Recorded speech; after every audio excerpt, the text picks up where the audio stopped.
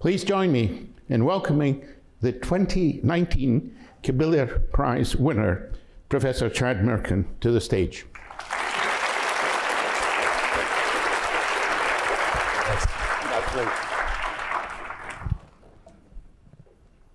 Okay, great. Wow, I feel like this is your life.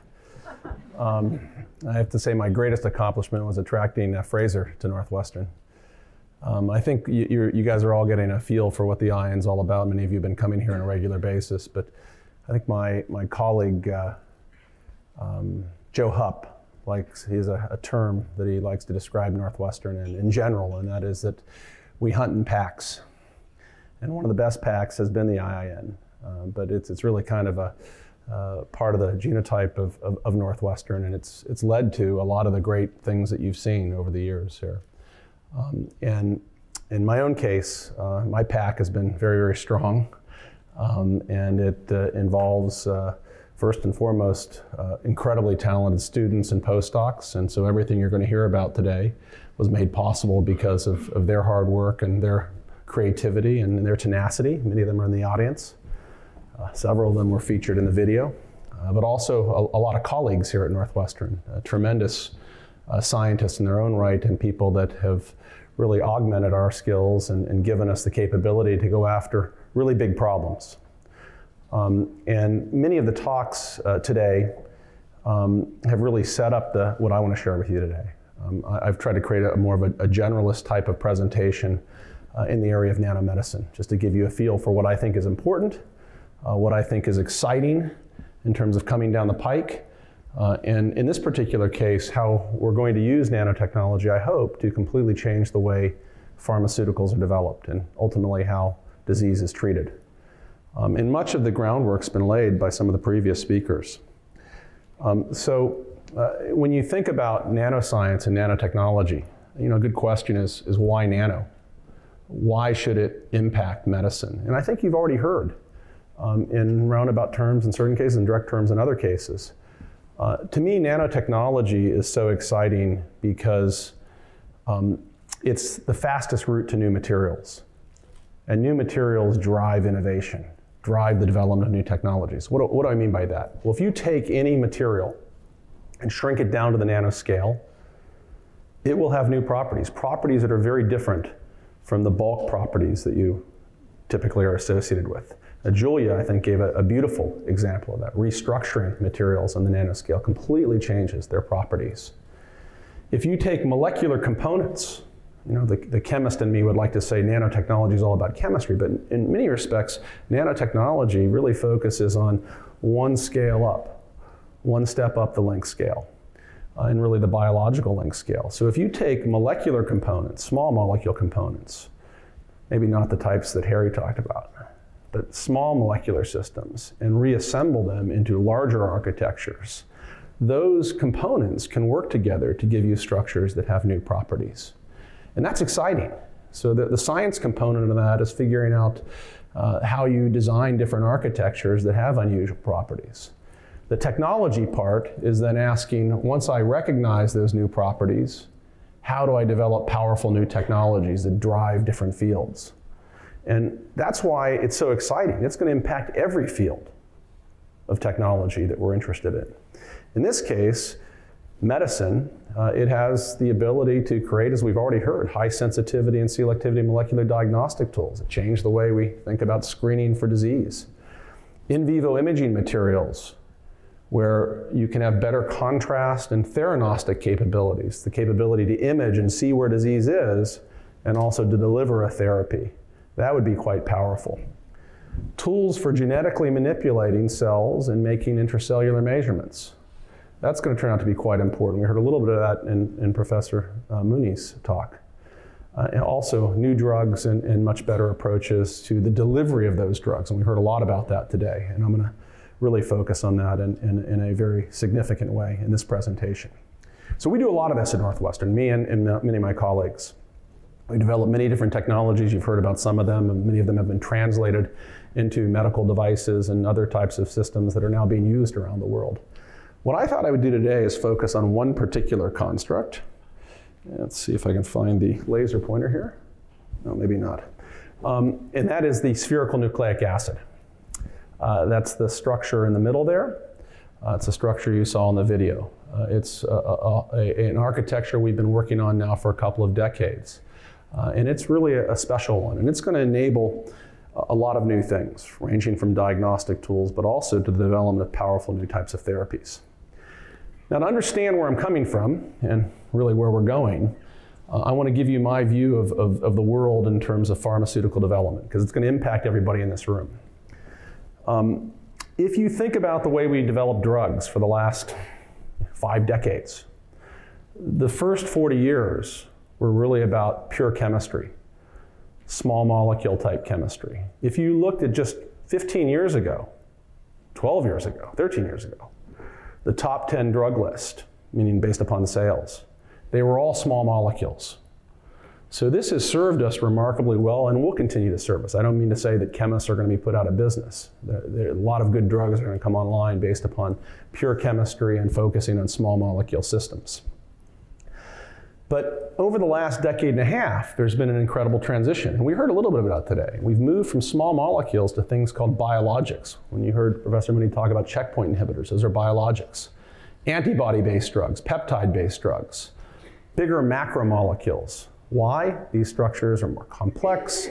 They have functions that we can take advantage of that are better for attacking certain types of diseases. They create a whole new set of opportunities for treating disease. And so today, this has 7 in 2018. I think it's 8 in 2019. 8 of the top 10 drugs are biologics. So that's an incredible transition. That tells you that the pharmaceutical world has realized there's an incredible opportunity coming down the pike. And that will continue to pay dividends. But I believe there's another wave coming, and many other people do as well. And that is the wave of nucleic acid medicines. With nucleic acid medicines, the idea is that you can use short snippets of DNA or RNA, right, the blueprint of life that we now can synthesize in large part. Many of you might not know this, based upon inventions here at Northwestern. Bob Lensinger invented the chemistry that allows you to synthesize any sort of DNA sequence you'd like. And you can do it in the course of an afternoon. That's really powerful.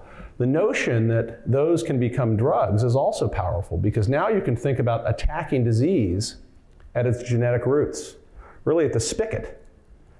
And that could be quite powerful. In addition, when you make new drugs, you don't have to look for a new molecule. And this is the digital medicine idea. You simply have to change sequence.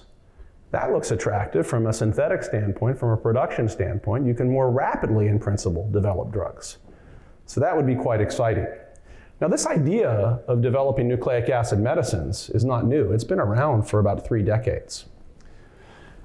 So one of the questions you might ask is, why don't we have it? Well, it's not because we don't know how to use them. There are all sorts of pathways we can take advantage of that allow you to attack disease. One is, for example, called antisense. And the idea behind antisense is, if you look on the left here, we have the blueprint of life. All cells have this code DNA, and messages are sent out typically in a healthy cell in the form of RNA. And that RNA is read and turned into proteins, and those proteins are the building blocks of life. Everything's working well, you're producing all the right proteins, you're producing the right numbers of proteins. If things go wrong, though, you might have cells start producing way too much of a protein, and that takes the cell from a healthy state to the disease state. So the idea behind antisense, or another therapy you might have heard of as siRNA therapy, is you create a nucleic acid construct that can go in and intercept that RNA, bind to it, and kind of like a rheostat, slow down, lower the production of the disease-causing protein. And so you can take the cell from an unhealthy state to a healthy state using this as a gene regulation technology. So that's powerful, right? Because we're learning about all these different types of pathways, and we have all sorts of targets that we can go after that can lead to then new types of therapeutics. We heard about immunotherapy. Turns out nucleic acids can be used there as well. Certain sequences, we know through studies of bacterial and viral infections, can interact with receptors in cells that regulate the immune system, something called a toll-like receptor, in a very sequence-specific manner. So you can actually create oligonucleotide, short snippets of DNA or RNA, that elevate the immune system and activate it in a way that you can create an immunotherapy. And I'll come back to that point in a little bit. So why don't we have these everywhere? Well, here's the problem, and we heard a little bit about it in Professor Mooney's talk. It's the delivery problem.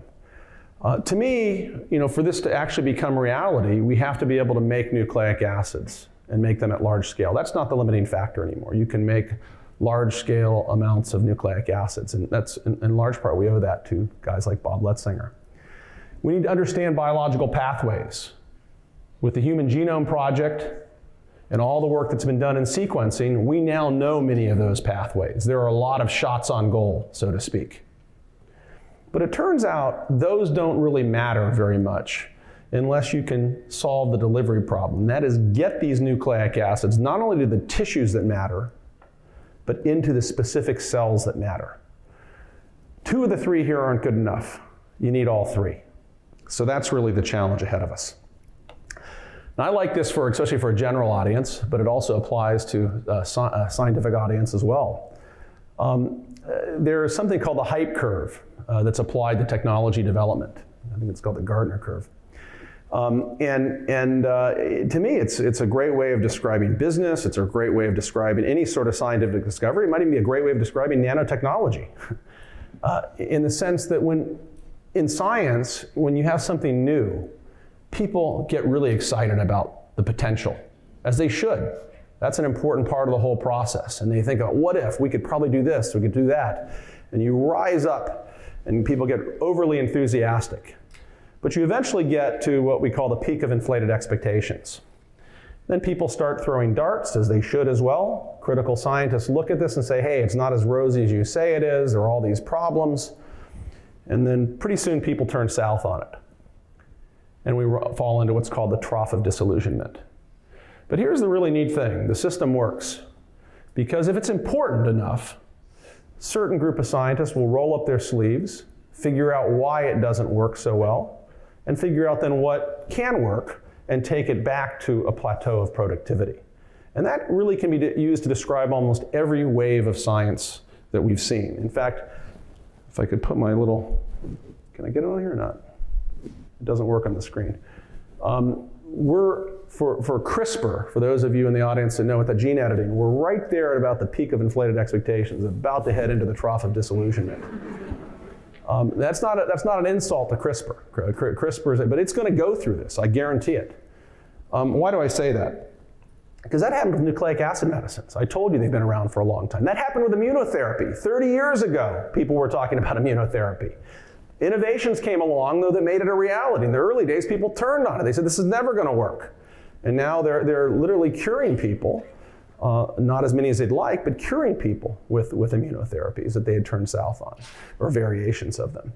And so the same is true with antisense and siRNA. We now have drugs that have been approved based upon these types of approaches. And that's the first set of drugs. But there's a rub. The rub is this, is that both scientifically and especially commercially, many people have moved to focusing on diseases that can be addressed in the liver. Why? Because when you systemically inject these, that's where they collect. So that's the low-hanging fruit. Now, it's exciting because we have drugs, and really important drugs, a lot of diseases that can be addressed in the liver. But this is really kind of disappointing if you think of the prospect of nucleic acid medicines as being wiping out disease as we know it, to we can only attack disease in the liver. So we've been asking the question, what if you could overcome that problem? What if you could also overcome the problem of the toxicity associated with these constructs and get them to the tissues that matter? What if you could get them into the eye, into the lung, the GI tract, the skin, the immune system, the kidneys? That would really expand the potential of nucleic acid medicines. So how are you going to do that? One way to think about doing it is through the use of advances in nanotechnology. And I want to talk about this one construct that you've heard referenced, and that's the spherical nucleic acid, because it turns out to be a really interesting architecture and one that may be the solution to the problems that I've put in front of you. This is a construct that's made purely through chemistry and nanotechnology. There's no natural equivalent of it. You simply take particles, and lots of different types of particles, synthesize oligonucleotides with N groups that can anchor into the particle, and you load it up at high density so the oligonucleotides are forced to take on the central shape of the particle core. These architectures have structure-dependent chemical and physical properties, completely different from their linear cousins. And here's the really neat thing. They interact with living systems completely differently than linear DNA. And there you can see in the lower left, that's an electron microscope image of a gold nanoparticle core spherical nucleic acid. You can see the shell of DNA surrounding it. What are some of those properties? They're shown here. These structures, they're what we'd call, for the aficionados out there, they're multivalent. They bind to complementary DNA very strongly, complementary RNA very strongly. If you're thinking about them as sponges for antisense, that looks good. They can soak up lower concentrations of the mRNA and do it more effectively, knocking down the production of disease-causing proteins. They have all sorts of unusual properties that make them really kind of interesting for many applications. But this is the most interesting one. And it took us a long time to run this experiment. If you look on the left, you can see linear DNA with a dye attached to it. And we expose, these are called epithelial cells, to that linear DNA. And you can see no appreciable uptake because the cells stay colorless. If I take those same DNA strands, and it works for RNA as well, arrange them at high density in spherical form on the surface of a particle, could be a liposome, could be a gold particle, look what happens. They go in better than anything known to man. They're actively recognized and internalized in very large quantities. That's kind of an aha moment. It doesn't explain why yet, but the reason I say it took us so long to do that is you're taught as a chemist and a biologist that DNA and RNA will not naturally cross cell membranes. That's why you develop polymeric transfection vehicles. That's why you develop all sorts of drug delivery approaches. This is just a restructuring of linear nucleic acids, and you completely change the profile with respect to uptake. It's general. These are a whole series of different cell types. We can label the spherical nucleic acids with a dye, and then we can use flow cytometry to see which ones take them up. And it turns out over 50 different cell lines, I think it's over 60 now, pick these up into large extents. And I think there's a movie here. Nope. Can you click that movie? In the lower, yeah. You can watch in this time-elapse video. These are cells that have been exposed. And they're just rapidly and actively taking them up and internalize them. That means now for the first time, without really modifying these to any significant extent, we can simply restructure DNA and RNA and now get large quantities of RNA into cells. That means we can make measurements inside cells that couldn't be made before, and we can begin to manipulate what goes on in cells in ways that we couldn't before. How is this happening? Well, it turns out your cells have these receptors on their surfaces called scavenger receptors, and they're used to traffic different types of molecules into cells. They don't traffic linear DNA in, but they do traffic spherical nucleic acids. And it's this multivalency, we think, this density that's really important, that leads to high affinity interactions between the scavenger receptors and this spherical architecture. They are taken in, you've heard the term endosome, and enveloped. You can actually watch that process over there on the right using an electron microscope. Those are gold cores. There's a process called, for the aficionados, caveolin-mediated endocytosis that drives this process. And then a small amount is ultimately released into the cytoplasm, and those are the structures that are ultimately active if we're going to use them for antisense and siRNA type therapies. Well, this is kind of neat because what it means is if it's all correct, you have a blueprint for designing different architectures that could be useful for many different purposes. The core, the particle, is not so important in terms of what it's made of. What's important is using it as a scaffold to arrange the oligonucleotides into this high-density format. Once you learn that, you can go challenge students and people that are interested in making things. Let's make architectures that look a lot more attractive from a therapeutic standpoint than gold. Well, we can fill them with all sorts of organic cores, liposome-type architectures. Even proteins can become spherical nucleic acids. And we've made all these types of architectures.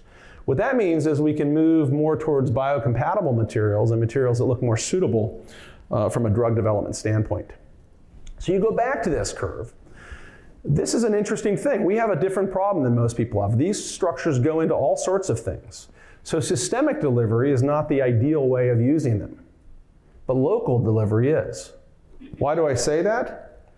Well, if I put them in creams, as you heard in the video, I can put them in the skin. Keratinocytes pick them up to very large extents. The deal that I referred to in the morning that was done with a company that's commercializing this Exicure, it's a $720 million deal for 2 drugs that focus on gene regulation in the skin.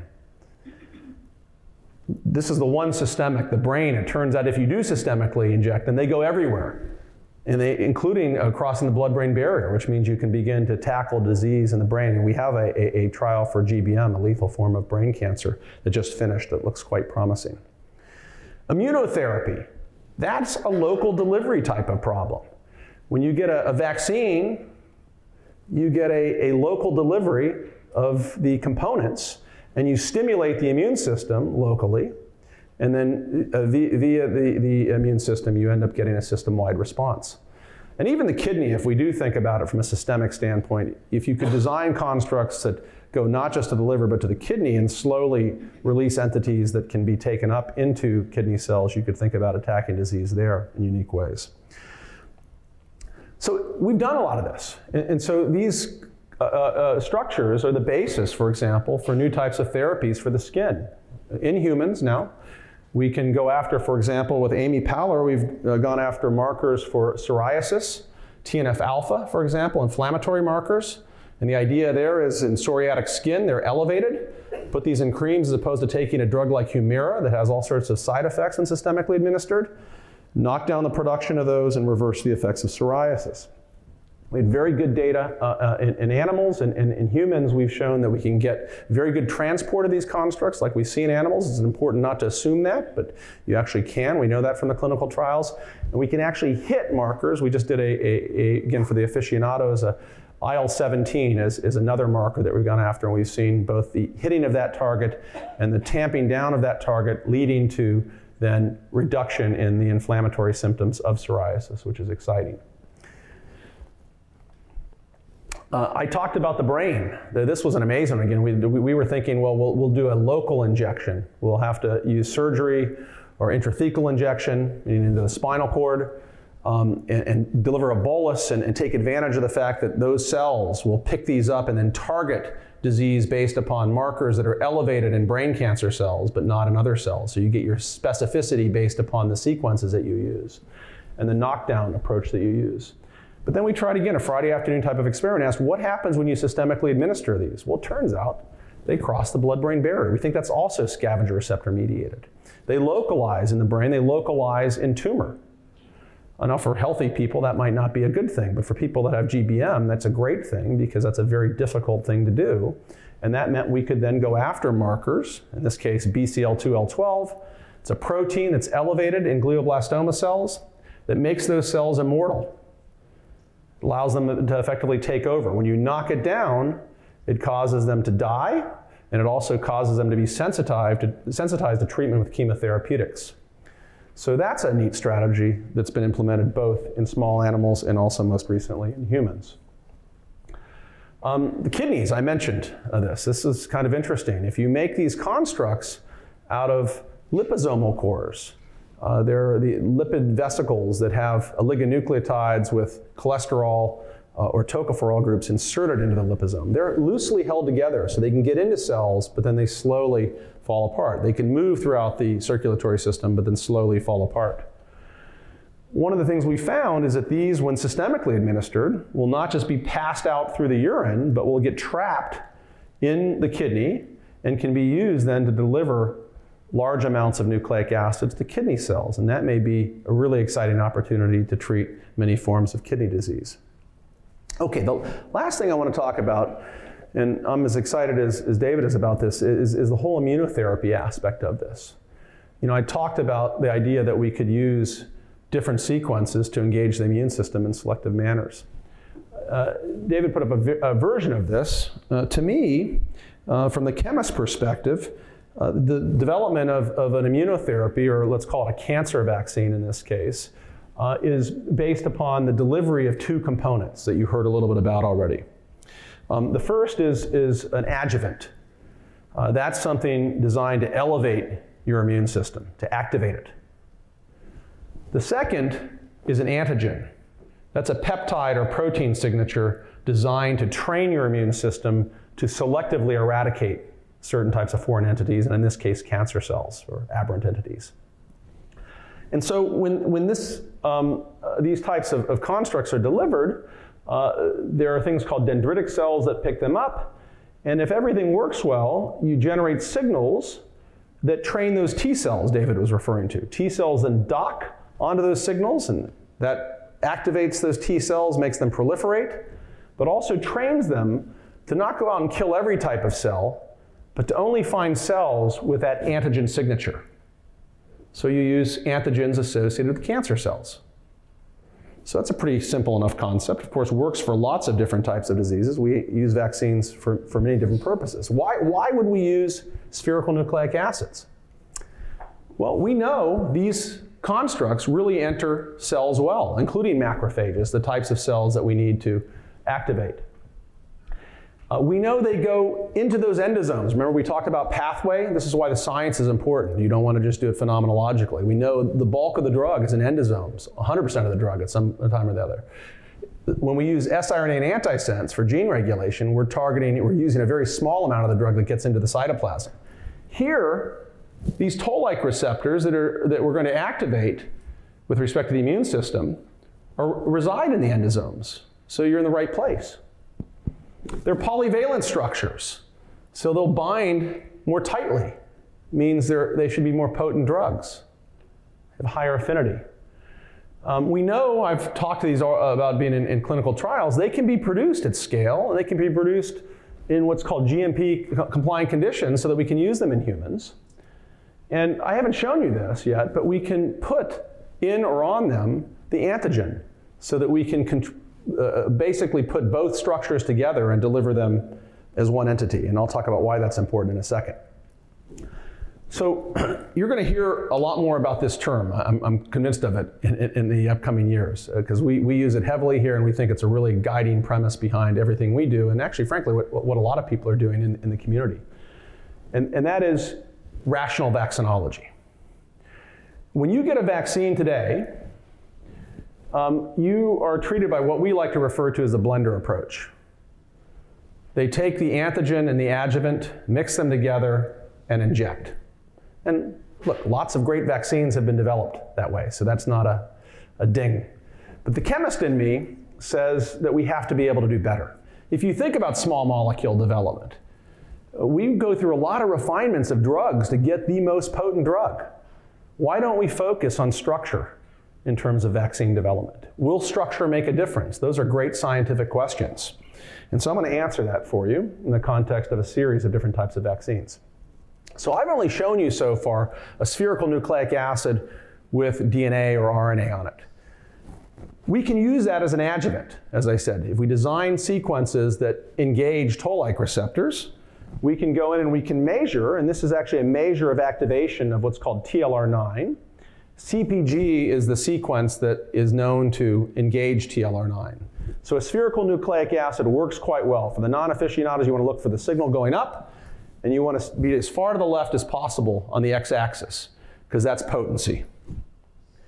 If I take the wrong DNA, they'll go in, but there's no activation. If I take and put, this is the way people normally do drug delivery, if I take the active DNA, the green sequence, and put it in the core of the liposome and deliver it, it'll go in, but look at the x-axis. The curve slides to the right, not as potent. And if I take the wrong DNA, but the right DNA in the core and deliver it that way so I get great uptake, same type of thing. Activation, but nowhere near as potent. So we really think that the spherical nucleic acid with the right sequence in this case is a really privileged architecture in terms of potency. You might ask, well, who cares? If I get an effect, I get an effect. It doesn't matter. Well, it does matter. One is from a tox standpoint and from a cost of production standpoint. If you're 10 times more potent, at the very least, you need 10 times less drug to get the same effect. And when you're talking about molecules, in this case, that are expensive in terms of producing, that's a big advantage.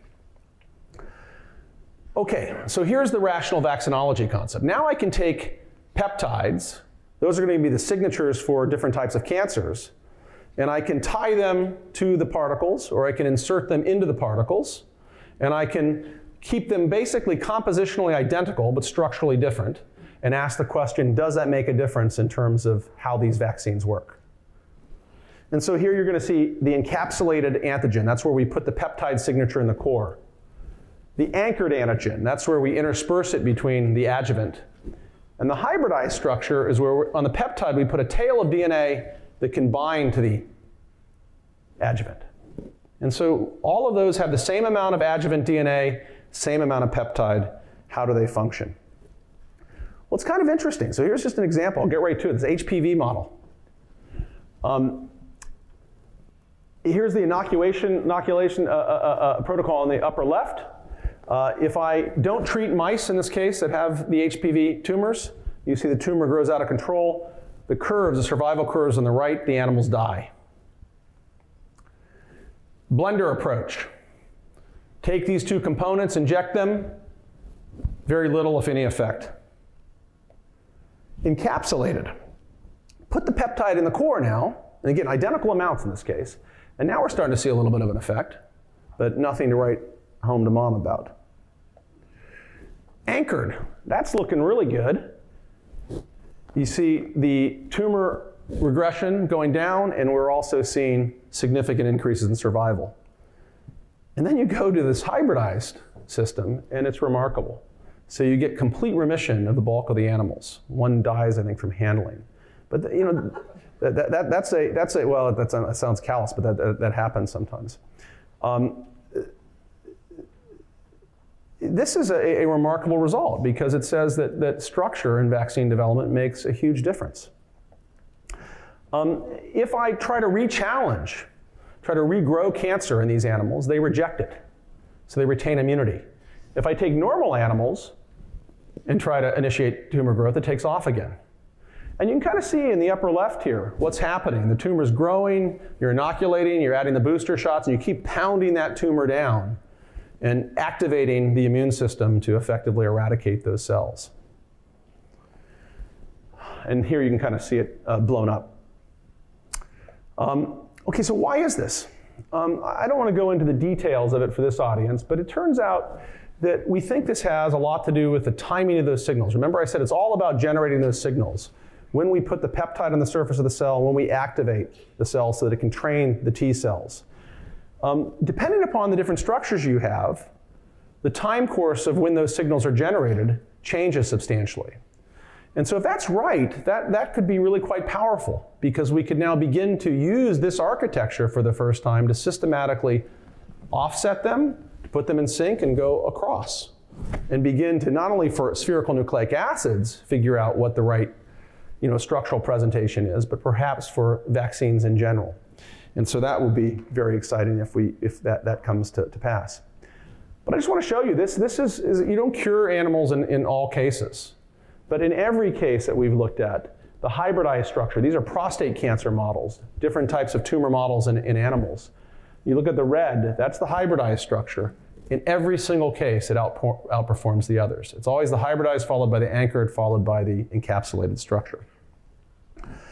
So the take-home messages here are structure clearly makes a difference. That warms my heart as a chemist. But the other thing is timing may be everything. And we're going to be spending a lot of time over the next few years figuring out if that is in fact the case, and more importantly, how we can use timing to really create the most potent vaccines. This also, though, begs the question, lots of people may have tried to develop vaccines before for certain types of ailments, included they don't work. But when you look at this data, you have to ask the question, did they have the wrong components, which is usually the conclusion, or do they have the wrong structural presentation of the components? So it really kind of scrambles the field to some extent, and I think should make people reevaluate what we've passed on and whether there's a way of using structure to get the desired benefits. The last thing I'll show you is, I said these types of molecules are interesting, these types of nanostructures are interesting because they're one of the few structures that have been taken up to the point that they're used routinely in humans as drugs. They're used heavily on the gene reg side. They're also used as stimulatory agents. They're used in immunotherapies. And the first one that we've looked at is called AST08. It's just a spherical nucleic acid with the adjuvant molecule, designed to locally stimulate the immune system. You heard about David's approach and the approach of many people to use checkpoint inhibitors to treat cancer. Well, one of the ideas, of course, is that one reason people might not be responding well to immunotherapies, checkpoint inhibitors in particular, is that their immune system is not elevated enough. So in this particular approach, they first took it through a phase 1 study, showed that they in fact can activate the immune system in healthy patients. And now they're in a phase 1b/2 trial, and they're looking at cancer patients. This is the company Exicure, and asking, can I use this to, first of all, treat people, for example, with Merkel cell carcinoma, a very deadly form of skin cancer?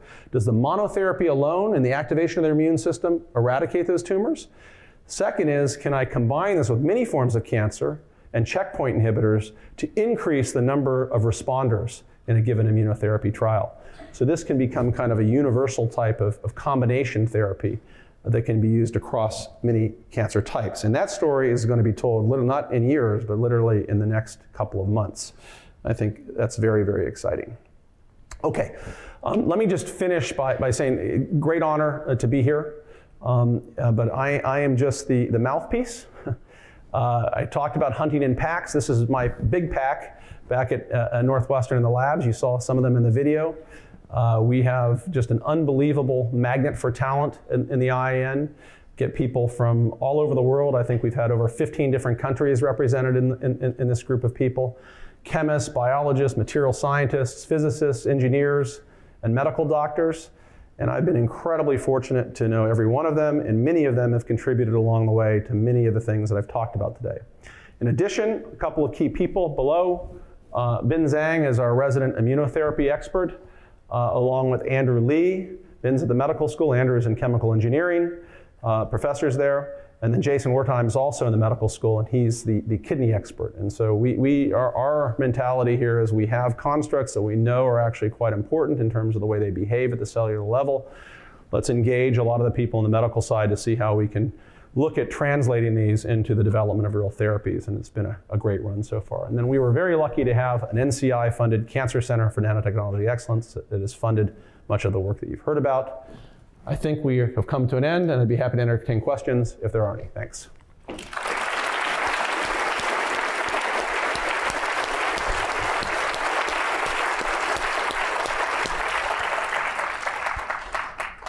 Okay, questions, please. First one, here we are. Thank you, Professor Mirkin. It's a wonderful talk. I was wondering, it's such a powerful kind of delivery tool using your SNAs, but are there any concerns in terms of how to limit and where it penetrates, how much it penetrates and where it goes? And also that, can you explain a little bit in detail why it is so different in terms of uptake, cell uptaking compared to linear form of the so first, the reason it's different in terms of cell uptake is that scavenger receptors can recognize the think of that as a dense collection of oligonucleotides. A natural receptor for a scavenger receptor is something called a G quadruplex, a bundle of oligonucleotides. We look at the spherical nucleic acid as kind of mimicking that bundling effect. That leads to a high affinity interaction which localizes on the surface and then leads to this caveolin-mediated endocytosis. The evidence for that is if we independently knock down scavenger receptors or add inhibitors of scavenger receptors, SNA or spherical nucleic acid uptake goes down. If we knock down caveolin, uptake goes down. So everything we everything we do is guided by that particular understanding and premise. We will get more and more detailed understanding as we start synthesizing molecularly pure forms of spherical nucleic acids, which we're doing, where we can then crystallize and look at the interactions between scavenger receptors in these structures and understand it at the molecular or atomic level. And that's coming as well, we hope. What was the second question? Dosing. I mean, yeah, with any drug, dosing's important. The great thing about this, though, is that we can, do I get that? No, you get this. Oh. I've always wanted to do this. I put on this thing for 16 years, the first time I've ever been able to talk, and I got the key spot here, so this is our tradition to kind of finish the whole presentation, last presentation of the symposium.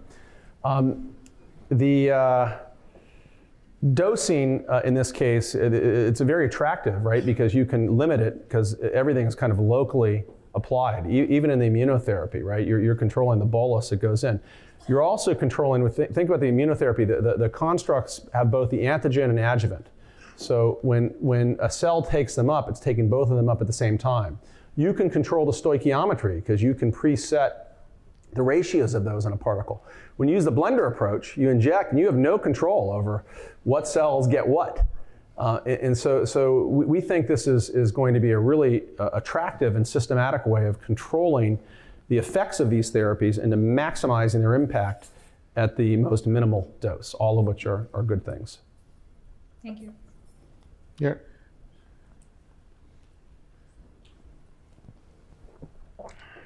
Thanks, Chad. I thought that a big part of vaccination had to do with memory B cells. Okay. Chad, I thought that a big part of how normal vaccines work had to do with memory B cells, and yet you gave us a very T cell centric idea of how these SNAs were going to work. Can you comment on that? Are the B cells not important for this problem? Are things just going into the B cells and you were just made? No, there's a partitioning. These are affecting, but we're targeting in this case dendritic cells, right? And activating them, which are then ultimately training T cells. The T cells are secondary in the sense they're docking onto the APCs and being trained and stimulated to proliferate and then ultimately go after selective of peptides. Where's Cassie? You want to comment on that or not? He's asking about B cells. We haven't specifically looked at B cells, at least as far as I'm aware. But really the point of what we're doing is to try and activate the T cells so that they can attack the tumor specifically, and that has shown to work really well, and it's T cell specific. So.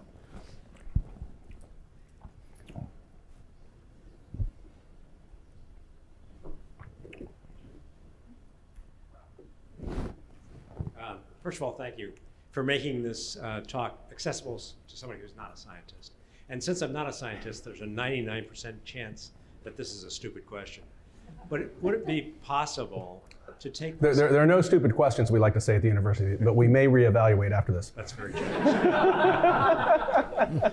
So could you take this approach and sort of reverse it or twist it completely around? And instead of training the cells to attack a particular cancer cell, train it not to attack a particular kind of tissue, for example, transplanted tissue. So you mean to create an approach to controlling immune-stimulated rejection? Yeah, there are actually many ways of doing that, and there are different sequences and different targets that one goes after, and not just rejection of organs. Jason Wertheim is a transplant specialist here, but also things like rheumatoid arthritis and a lot of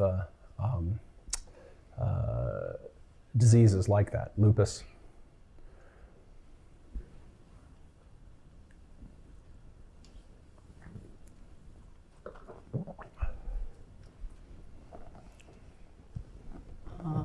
Thank you for the great talk. My question is, what is the smallest size of the nucleic acids that has been made because they can cross the blood-brain barrier?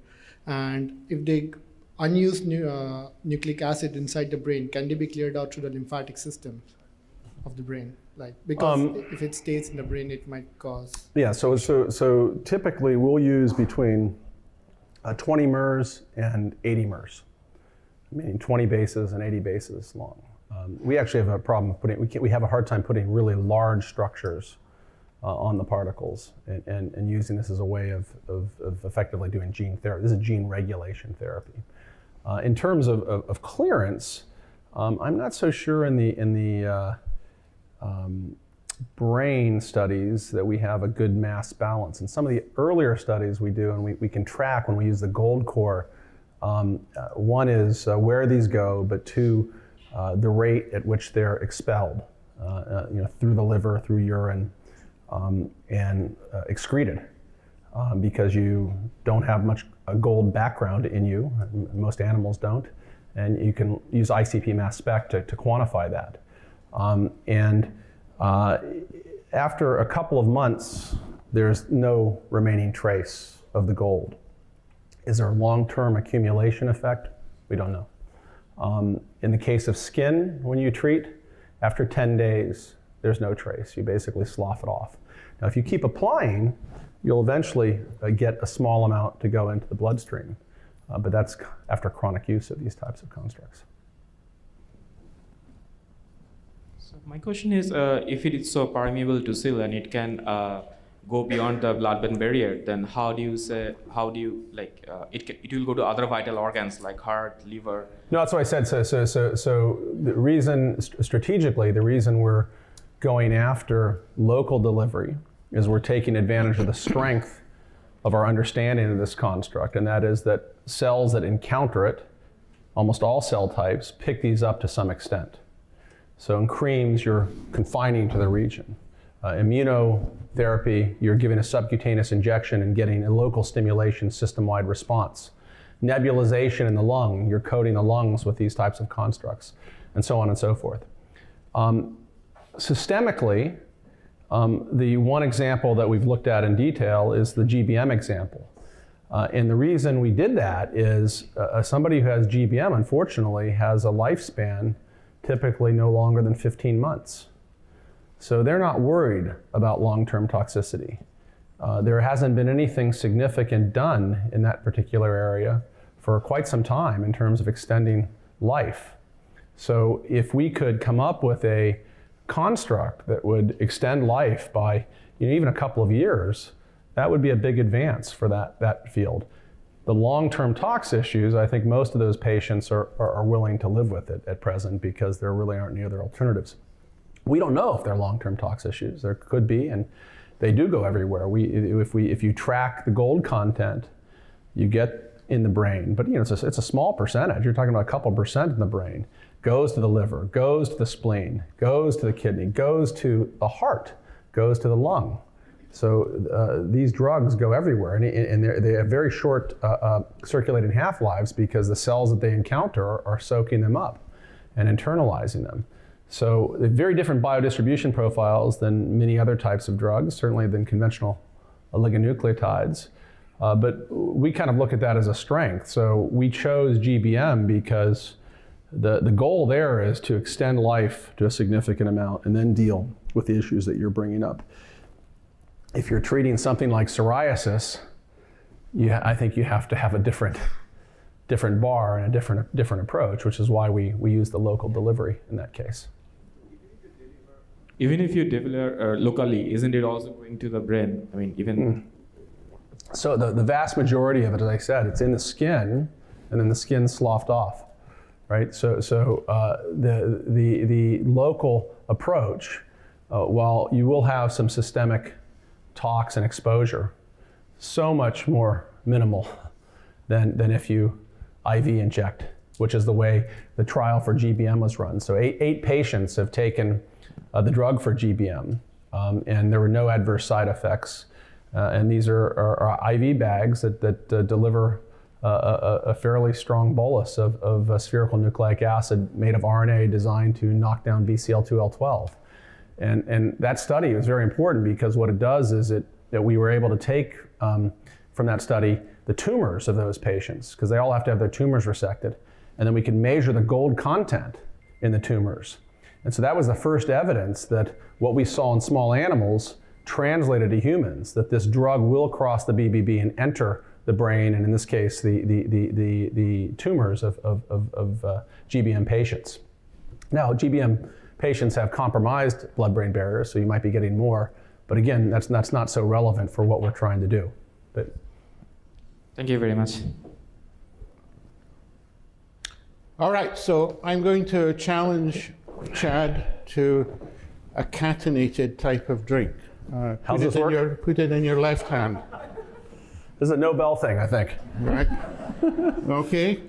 And while I do this, you put your hands together and make a big macrocycle off and on. Okay? Cheers. Cheers. Well done.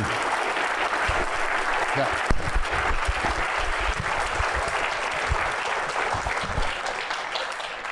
So stay on your seats, please, because what I would like to do now is call on Nathan Janeski to come and sum everything up for us. Over to you, Nathan. Yes, thank you very much, Fraser. Please join me in